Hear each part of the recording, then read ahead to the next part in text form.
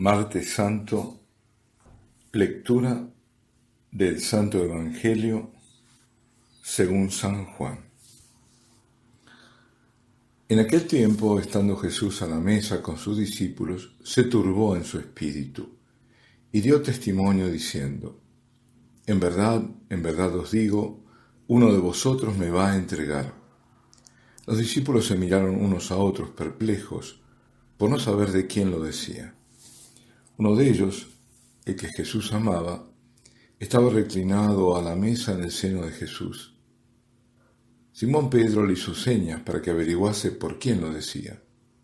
Entonces él, apoyándose en el pecho de Jesús, le preguntó: Señor, ¿quién es? Le contestó Jesús: aquel a quien yo le dé este trozo de pan untado. Y untando el pan, se lo dio a Judas, hijo de Simón el Iscariote. Detrás del pan entró en él Satanás. Entonces Jesús le dijo: lo que vas a hacer, hazlo pronto. Ninguno de los comensales entendió a qué se refería. Como Judas guardaba la bolsa, algunos suponían que Jesús le encargaba comprar lo necesario para la fiesta o dar algo a los pobres. Judas, después de tomar el pan, salió inmediatamente. Era de noche. Cuando salió, dijo Jesús: ahora es glorificado el Hijo del Hombre, y Dios es glorificado en él. Si Dios es glorificado en él, también Dios lo glorificará en sí mismo. Pronto lo glorificará. Hijitos, me queda poco de estar con vosotros. Me buscaréis, pero lo que dije a los judíos os lo digo ahora a vosotros. Donde yo voy, vosotros no podéis ir. Simón Pedro le dijo: Señor, ¿a dónde vas? Jesús le respondió: a donde yo voy no me puedes seguir ahora, me seguirás más tarde. Pedro replicó: Señor, ¿por qué no puedo seguirte ahora? Daré mi vida por ti. Jesús le contestó: ¿con qué darás tu vida por mí? En verdad te digo, no cantará el gallo antes de que me hayas negado 3 veces. Palabra del Señor. Estamos ante la pasión del Señor. El dolor enorme de saberse traicionado por uno de sus amigos, de sus íntimos, de aquellos que él eligió personalmente desde el comienzo y que ha ido enseñándoles, haciéndolos discípulos para luego enviarlos al mundo, para que sean sus apóstoles, para salvar al mundo, para completar la obra que él había venido a hacer. Pero Satanás interpuso y Judas permitió que entrara en su vida. Le abrió su corazón, ese corazón que es lo más íntimo de nosotros, ese yo profundo, donde se juega nuestra vida y nuestra eternidad.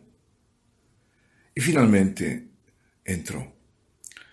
En aquella última cena del Señor, porque esto está dado todo dentro del ámbito de la última cena, con aquel pan, porque también era la última cena de Judas, con aquel pan, con aquel último compartir la mesa del Señor, entró, como vívidamente lo está relatando San Juan, Satanás.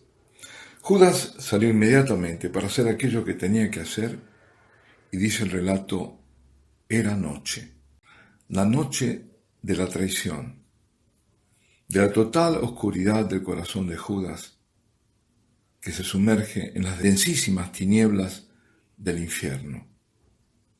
Atrás, en la sala, quedaba la luz de la salvación, pero donde estaba Judas ya era noche. Y ahí, en el cenáculo, estaba sumido en la amargura Jesús, la luz que ilumina a todo hombre, sí, todo hombre que busca verdaderamente ser iluminado, que busca a Dios con corazón sincero. Pero el rechazo de Jesucristo siempre lleva a la noche, a la oscuridad. Pues allá quedaba Jesús, el Mesías de Israel y el Salvador del mundo, el siervo de Dios que vino a servir. Tengamos presente que todo esto que se nos cuenta, que cuenta el evangelista, ocurre inmediatamente después del lavatorio de pies, que dicho sea de paso, el único que lo relata es San Juan. y que con aquel gesto de lavarle los pies a sus discípulos, el Señor estaba enseñando el servicio que se debían sus discípulos, sus futuros apóstoles, unos a otros. A ellos y solo a ellos iba dirigido, porque este gesto es un gesto privado, no es un gesto público que hace el Señor. Lo hace a ellos, y ese es el gesto litúrgico que debe seguir siendo respetado. Lavar los pies de los sacerdotes, lo que hacía el Papa siempre, de los cardenales, es decir, de ellos, a ellos y solo de ellos. Es el Señor Cristo, a quien el Padre envía para ser luz de las naciones, para llevar la salvación hasta los confines de la tierra, que esto justamente es la primera lectura de hoy, que es sacada del capítulo 49 de Isaías, que es el segundo canto del siervo doliente. Ayer estábamos también en esto, ¿no? Sobre los 4 cantos del siervo doliente o sufriente, el siervo de Yahvé.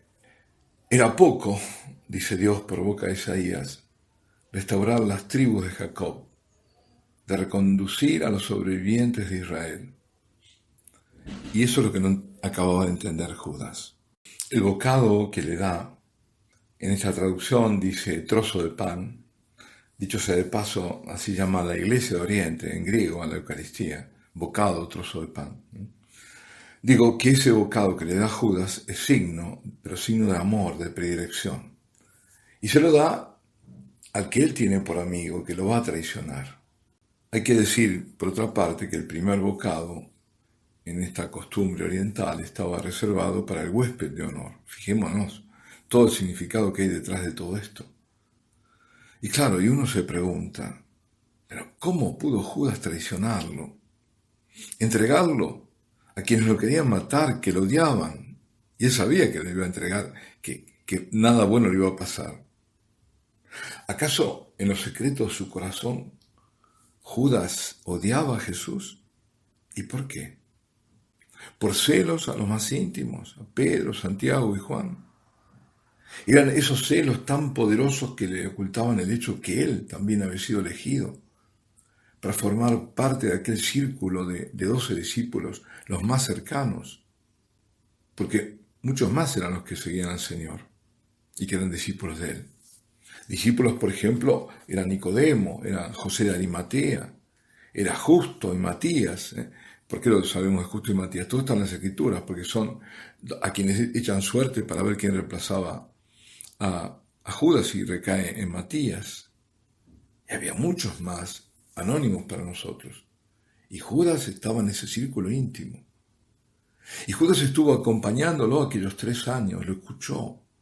Vio los signos, los milagros que hacía. Vio que volvía Lázaro a la vida. Tantas cosas. Pero lo entrega.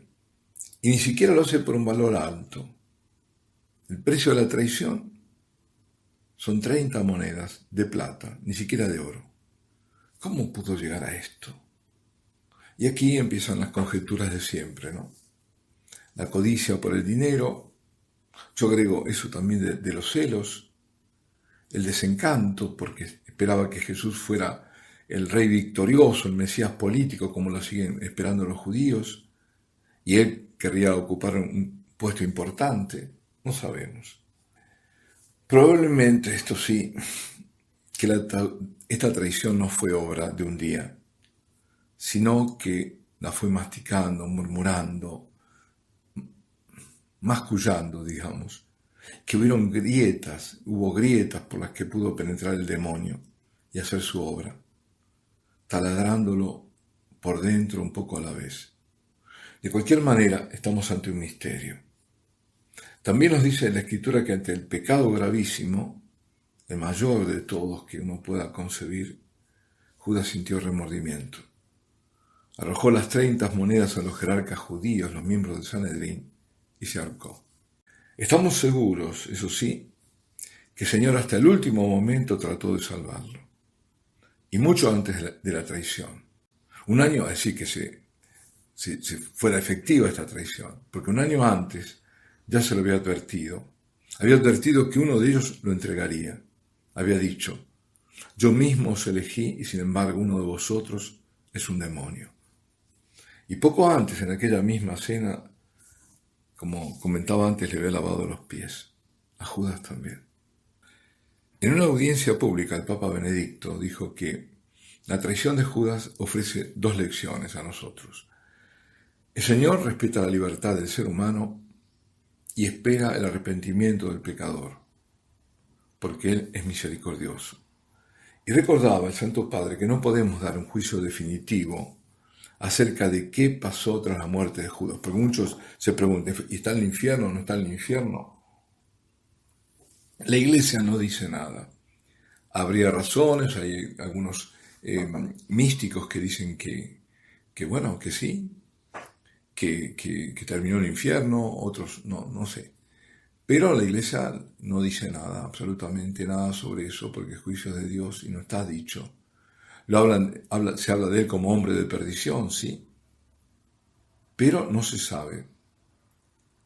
El Papa dijo, si bien él se alejó para ahorcarse, a nosotros no nos corresponde juzgar su gesto, poniéndonos en lugar de Dios, quien es infinitamente misericordioso y justo. ¿Por qué traicionó a Jesús?, se preguntaba el Papa, y dio como respuesta posibles las que comenté. Algunos recurren a la avidez por el dinero, otros ofrecen una explicación de carácter mesiánico. Judas habría quedado decepcionado al ver que Jesús no entraba en el programa de liberación político-militar de su propio país. Pero agregó que los evangelios insisten en otro aspecto. Juan dice expresamente que el diablo había puesto en el corazón a Judas Iscariote, hijo de Simón, el propósito de entregarle. Es decir, que el evangelio va más allá de las motivaciones históricas y explica lo sucedido basándose en la responsabilidad personal de Judas. Judas actuó en libertad. Aquí no hay un designio fatídico. Él actuó en libertad. Esto lo estoy agregando yo. Pero decía el Papa que la Escritura dice, se basa en la responsabilidad personal de Judas, quien cedió miserablemente a una tentación del maligno. En todo caso, sigue diciendo, la traición de Judas sigue siendo un misterio. Jesús le trató como un amigo, pero en sus invitaciones a seguirlo por el camino de las bienaventuranzas, no forzaba su voluntad, ni le impedía caer en las tentaciones de Satanás, respetando la libertad humana. Y cuando una persona peca como Judas, como dice San Benito en su regla, a no desesperar nunca de la misericordia de Dios, porque Dios es mayor que nuestra conciencia, que nuestro pecado, que todo. Nunca, nunca, nunca. Y hay tantos que no se perdonan. Si Dios te ha perdonado, estabas arrepentido, ¿quién eres tú para no perdonarte, no? Pero a veces la soberbia, el orgullo que impide, ¿cómo yo pude haber hecho esto, no? También puede ser el remordimiento, y bienvenido sea. Y Benedicto extrajo de todo esto dos lecciones para nosotros. La primera, Jesús respeta nuestra libertad. La segunda, Jesús espera que nos arrepintamos y nos hagamos disponibles a la conversión, porque Él es rico en misericordia y en perdón. De hecho, cuando pensamos en el papel negativo que desempeñó Judas, tenemos que enmarcarlo en la manera superior con que Dios dispuso todos los acontecimientos. Su traición llevó a la muerte de Jesús, quien transformó su tremendo suplicio en un espacio de amor, de salvación y en la entrega de sí mismo al Padre. En su misterioso proyecto de salvación, Dios asume el gesto injustificable de Judas como motivo de entrega total del Hijo para la redención del mundo. Estos son los misterios. Dios es el único, siempre pensémoslo, ¿no? No hay ninguna situación, por desesperante que parezca o desesperada, que no la pueda resolver Dios. Para Dios, primero, nada es imposible, y segundo, siempre Él va a revertir el mal en bien. Y no hay mal mayor que haber matado al Hijo de Dios. Y en eso estamos toda la humanidad. Estás tú, estoy yo. Pero de ahí nos vino la salvación a todos. Feliz culpa, como se canta en la Pascua. Feliz culpa, sí. Qué grande es el amor de Dios, qué grande es la misericordia de Dios. Y qué grande es el misterio del hombre también. Alabado sea Jesucristo, sea por siempre bendito y alabado.